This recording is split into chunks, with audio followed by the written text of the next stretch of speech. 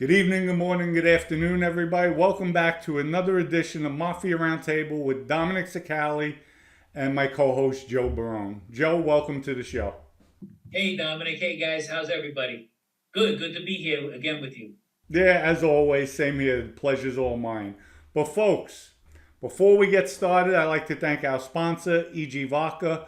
Go to egvodka.com, order it today. Order 6 bottles or more. Shipping is on me, so it's free shipping. And it's actually cheaper buying it online with free shipping than going to the liquor store. We have 3 flavors. It's 100% organic, gluten free. Get a premium vodka at an average price. Joe, thank you again for coming on. And today, I'd like to ask you something, Joe. Yeah. When I cooperated, I recall that I asked to see you, and you came to see me, I think, when I was in the county jail. Is that correct? That is correct. I didn't know what it was about, but I was still willing to see you at that time. Yes. Yes, and folks, just for those of you who don't know, when I cooperated, there were a few people I reached out to that I felt I owe it to them for an explanation about what I was doing, why I was doing it. Not that it was an excuse, but I felt I owed it to them. I didn't want to leave them hanging out there on the street. Joe was one of them. There's a few other people that I tried to reach out to. They would not speak to me. However, I'm not going to mention their names, but I'm in contact with them. They just couldn't believe it. They were so upset, but they later on down the road they understood my decision. They respected it, and they felt I got locked up because of other people's big mouths. But we'll go into that in another show. But Joe, I did send for you. I called for you, and did you know when you came to see me that I already cooperated, or I told you? Like, what was the circumstances? Because I really don't recall right now. Yes, I did know at that time that you did cooperate, and I knew that. I was like, geez, he wants to still see me. And then I was told that you really want to just talk to me. So when I went there, you actually said to me, Joe, uh, there's a couple of people you actually did say when you said there was a couple of people I did want to explain things to and talk to. I felt I owed you an explanation. That's how close we were. For you to even just consider me in that's pretty big in my book.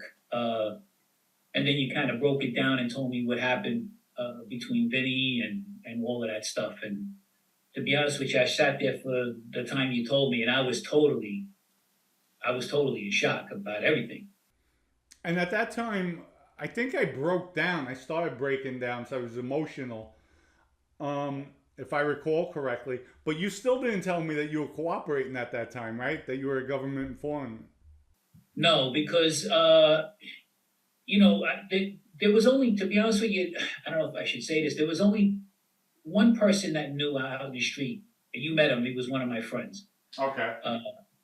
And of course, I did tell my aunt, don't worry about it. She was nervous, but she passed away, so nobody would know. She was my mother's sister.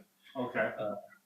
But I thought it best not to tell you at the time because you had a certain, at that time, I can only imagine what you were going through because let's face it, to be honest with you, if I could tell you this, I don't know if people want to believe it or not, but everybody thought Vinny was going to testify like Flip instead of you because of his name was Vinny Gorgeous. And if I remember correctly, how many times in the street did you tell me, don't let that name fool you about that? He's no joke. But Yes. I did see your face. I saw you how you was getting emotional up there.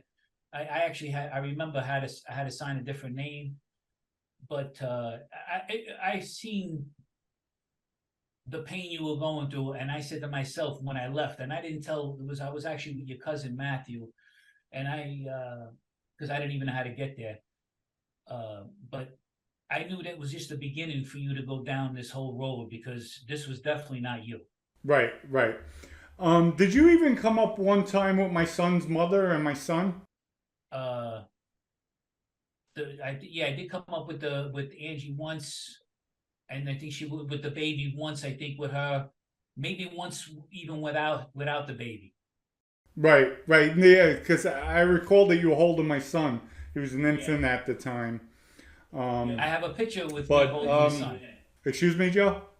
I have a picture with me holding your son. Okay, yes, we'll show that later on too.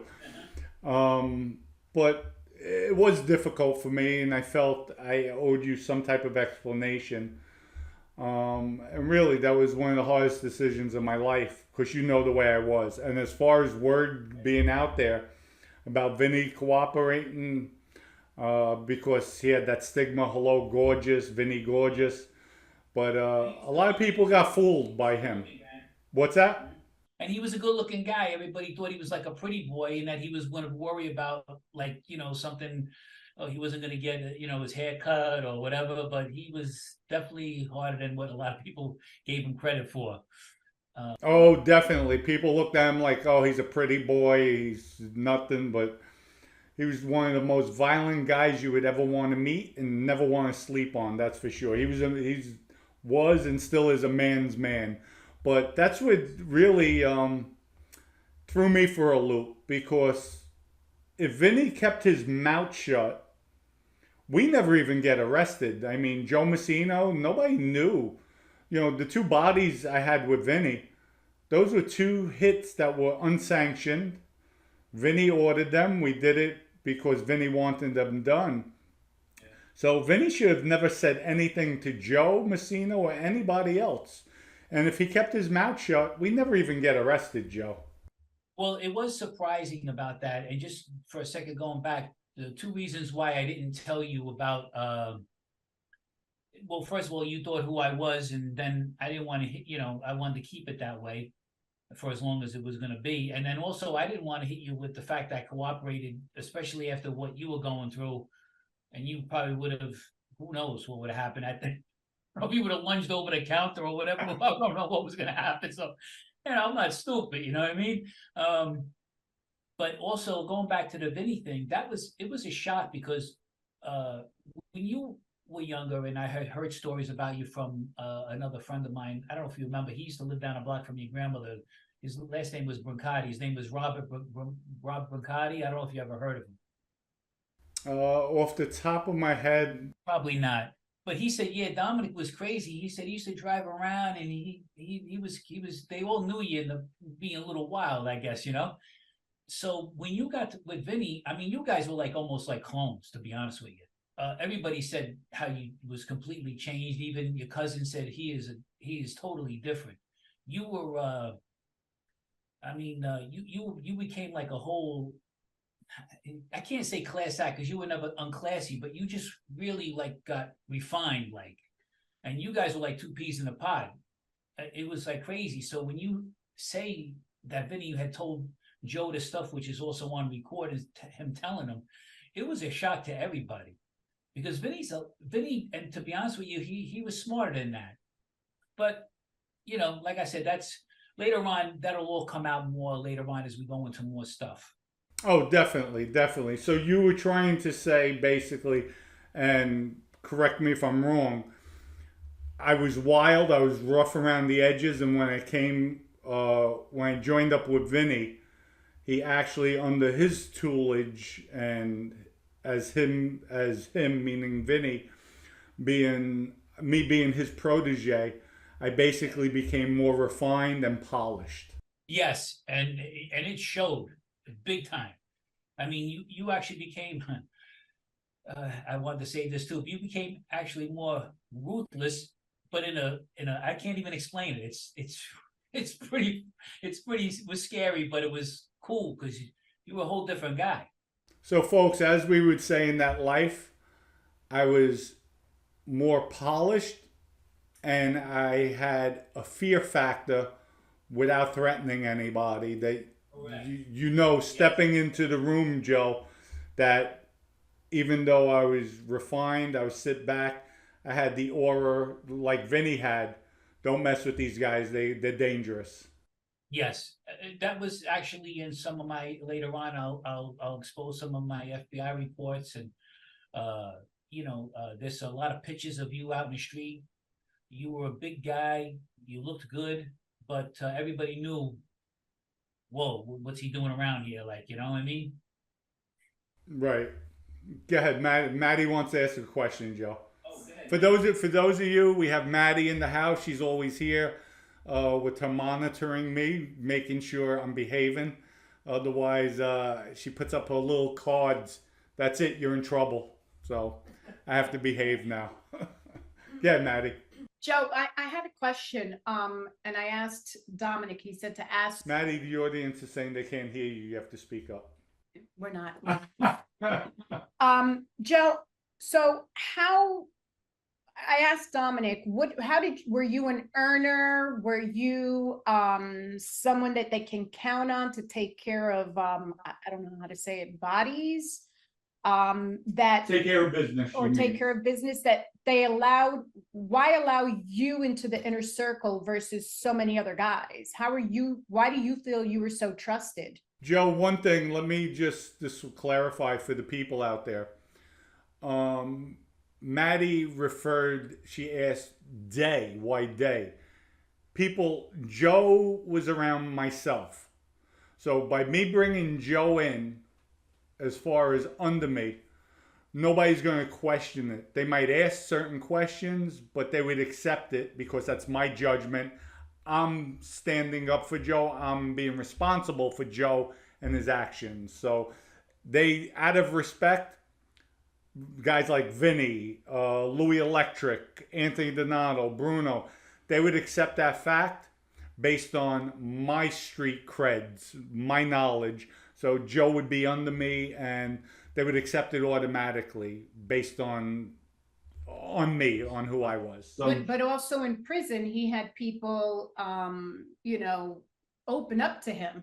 Well, we'll let Joe answer this, but in prison, the Italians stick together real quick. If you don't have a label, folks, if you don't have a label on you that you're a cooperator, you're a stand-up guy from any neighborhood, just being Italian, all the Italians gravitate together, where they'll all sit together, especially if you're all from the Bronx, Yonkers, Staten Island, Long Island, Brooklyn, Queens.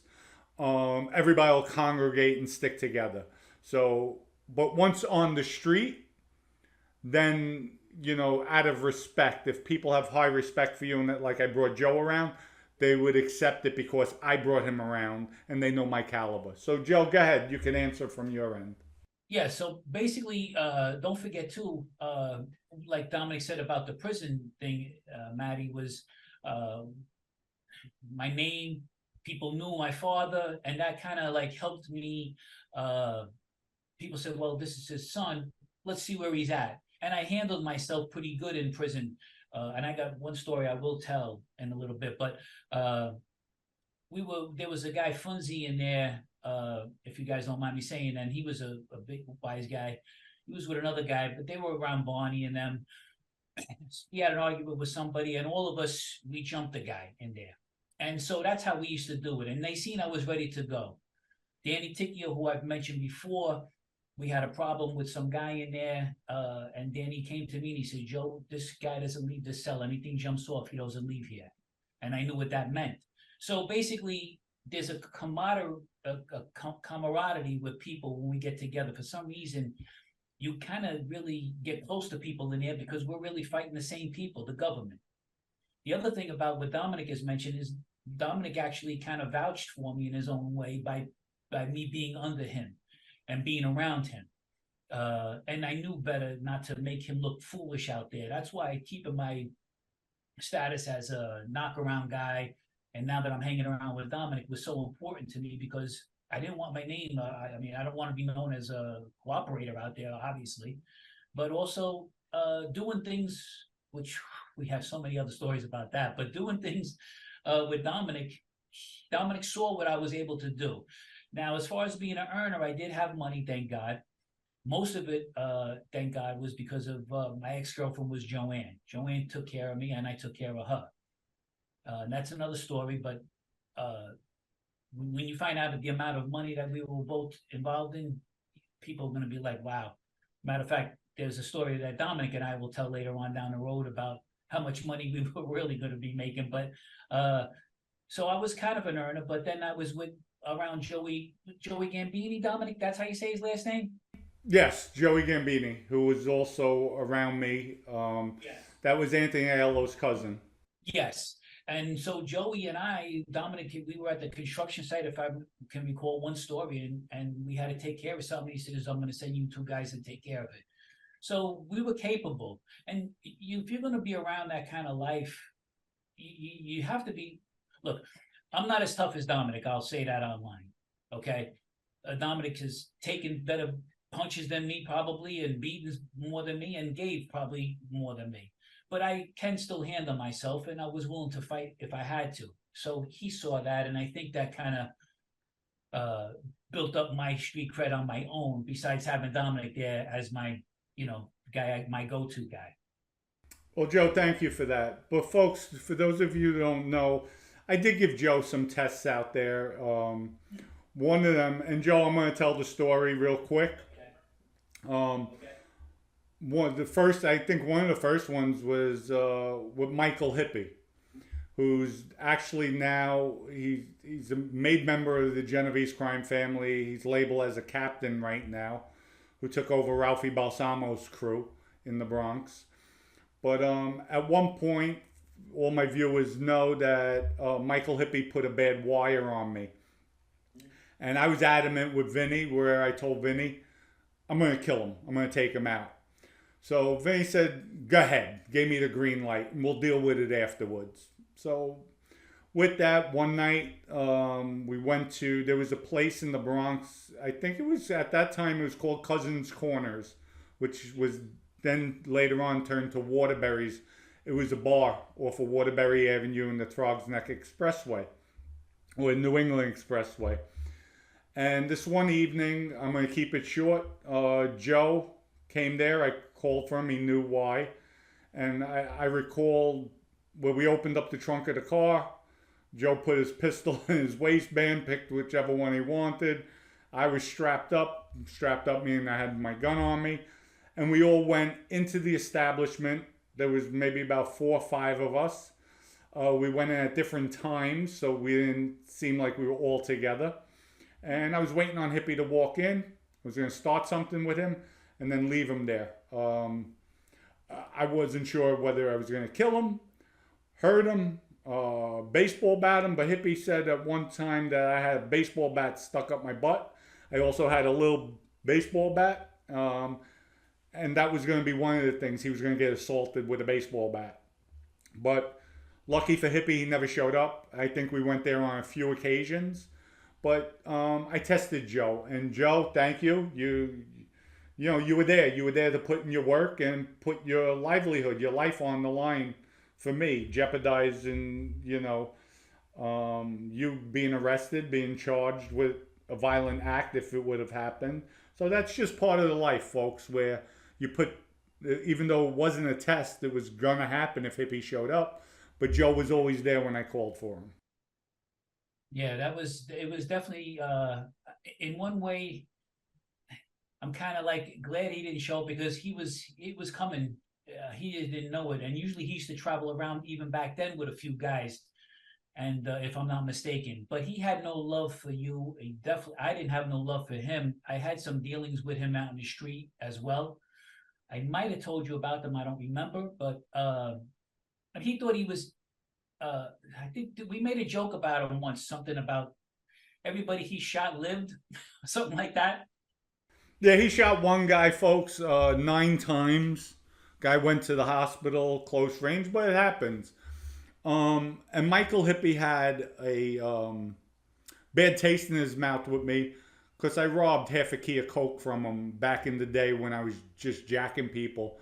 But, I liked him. I didn't dislike him even till this day. Actually, folks, my first arrest, Joe, I don't know if you know this, but my first arrest with Michael Hippie, it was on a gun charge. We got stopped. It was his gun. It was in the car. And it was Ralph Talentino, Michael Hippie, and myself. They locked us up, the cops. It was a stop. They stopped us, found the gun, locked us up. And while we were in the cell, they put us in different cells. Hippie reached over and said, Dom, could you wear my chain? Took his chain off, passed it through the bars to me. And that was it. I put the chain on my neck. And then later on, when we went to central booking, in front of the judge, they charged us all. Everybody made bail but me. I had a $500 bail. Ralph Talentino and Hippie got released on their own recognizances. Myself, I had a $500 bail. Sally Locker Sr. was there because he had Murray Richmond for Hippie. And my bail was $500. He put up my bail immediately. And then they bailed, and I was bailed out too. But later on down the road, Hippie did the right thing. He wound up taking the charges. That was his gun. And he wound up, I think, with 5 years probation. For Ralph Talentino and myself, of course, the state dropped the charges for us. But see, now I never knew that story. And also, if you have Murray Richmond, he was pretty good to be able. He knew a lot of those judges and stuff like that as well, if I'm not mistaken. Yeah, Murray Richmond was known as the state defense lawyer if you want to get out. Well, what they used to call him, "Don't worry, Murray." Yes, don't worry, Murray. Yeah. So my father had him too on a gambling thing because my father had the numbers up in Mount Vernon. He had 2 number stores, and I'll tell you later on who he was under because there was a certain guy he had to go see in order to get those stores. But he had gotten arrested at one of the places and stuff like that, and he went to go see Murray. As a matter of fact, I went to go see Murray Richmond because they took like money from the number store. When I come out, I was with my friend, the guy that you met, the one who I told you I told what I was doing, and anyways, they surrounded me. Sally Locker, Hippie, Joe Constantine, or I don't know if you remember him. No, and this was, Joe, this happened before I came into the picture, am I correct? Yes. That's very correct, yes, because it wouldn't have happened if he was around. No, because I recall you telling me when I asked you, did you have any beefs? Because, folks, what I did was when I first met Joe, and as we got to know each other and I wanted to pull him around me, I asked him, what beefs you have out there? What's going on? And I think he mentioned Sal Locker and Hippie. I said, don't worry about them. You come into, and I told Joe, and correct me if I'm wrong, Joe. Joe, you come into this neighborhood, anybody approaches you, you tell them you're around me. And if they get disrespectful, handle yourself as a man, and we'll deal with it. And that's what I did. That's exactly what you told me, almost to the letter.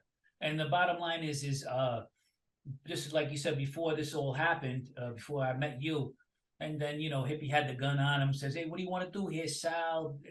I tried to help them out with a situation, which is another story. But at the bottom line is I said, what are you going to shoot me right here in front of the office? Because I was right on the corner by Pasta and Murray Richmond's office. Right. And my friend was almost in my pocket. He was so scared. I says, take it easy, relax a minute, Anyway, nothing happened, but they just wanted to try to scare me, but they didn't. But, like I said, that night when we went there, I never really told anybody about that story either. Like I said, I'm kind of glad because Hippie was definitely going to get it coming to him. And to be honest with you, he had it coming to him in a lot of ways. I'm glad he did what he did and took the charge like a man back then. But he just was, I don't know. I can't explain it, but I didn't really care for him too much. And so when you asked me, I was like, yeah, I would have did it anyways. You know what I mean? Right. To me, Hippie was more like a bully that traveled with a group of guys, but by himself, one-on-one, he wasn't built like that. He had his courage when he knew he was maybe 5 or 10 deep. And I remember even one time by Lehman High School, I think I was in Florida. This is after I robbed Hippie. He had some type of words went back and forth with a dear friend of mine who was legitimate, never in the streets. His name was Joe Jenny. And Hippie, for some reason, like Joe would never back down from a fight. And Joe was wiry, thin, wasn't a street guy. Wasn't a street guy at all, a kid at that time. But words went back and forth, and Joe said, come on, what are you going to do? Hippie pulled out a gun, and Joe's like, go ahead, shoot me. And Hippie fired some shots in the air, and that was it. But to me, that made no sense, but to each his own. But even this day and age, it's funny because I really have no love for Hippie, and I don't care for not Sal, Ralphie Balsamo. Yet when I heard that took over as captain in the Genovese crime family, I actually said, you know what? Even though there's no love lost between myself and them two, I think Hippie's definitely a better candidate than Ralphie Balsamo all day long. I would tend to, in that respect, I'd have to agree with you there. I knew Ralphie before he was able to straighten out at all. And I didn't think much of him back then. I mean, he just ran the funeral parlor, and I thought that's all he was. You know what I mean? I could be wrong. I don't know if he did any work. I don't really know. I knew he was around Sal and them, of course, but I never known him to be tough or anything. As a matter of fact, I think when I was in MDC on my second bid, they weren't talking very good about Ralphie back then. I think he backed down from a couple of fights he could have had in there or something, but I wasn't there either, so I can't say if that's 100% accurate. Right, Joe. And folks, for those of you who don't know, Ralphie, to me, is a stone cold punk. He's not a tough guy. He mudded out on a few occasions in some places when I had altercations. But Ralphie did earn his stripes. He is a member in the Genovese crime family. And I'll go into stories later on about what type of things he did for the Genovese crime family. What murders? Did he use his funeral home? That's another thing Joe will talk about at a later date. Does he know about bodies? And, and these are things that we heard since we were close. I heard since I was close in the neighborhood. And I'll ask you later on, Joe, if you heard the same thing. Okay, yeah, that sounds good. So with that, folks, Joe, thank you. Maddie, you have any more questions? Yeah, Okay.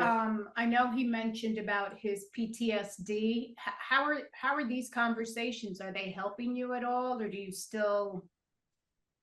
To be honest with you, they almost have the opposite effect because I have my therapist says too, and I agree with her. I try to suppress a lot of stuff in my life, especially stuff that I didn't really enjoy. It's like anything else. You try to cover it up. If you don't like something, if you have a bad piece of pie, you're never gonna eat that pie again. So you try never to even think about ordering at a restaurant. I get really bad nightmares at nighttime. I don't really sleep very well. I think I average about 4 hours of sleep a night, which is not a lot. Once in a while, I'll catch an hour nap on the recliner, but it's gotten a little bit better. Or how could you say? Maybe I've managed it more. But when I talk about this stuff, it brings back a lot of old stuff, especially with my dad, especially what I was doing out there. I didn't realize.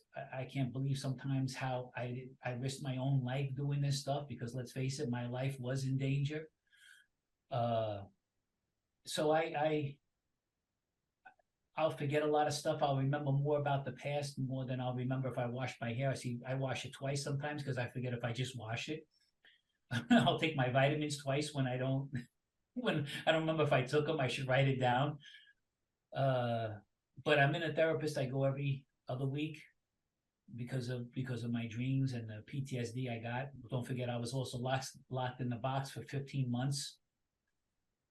So I have a hard time, a very hard time. And I mean, I do want to talk about it with Dominic.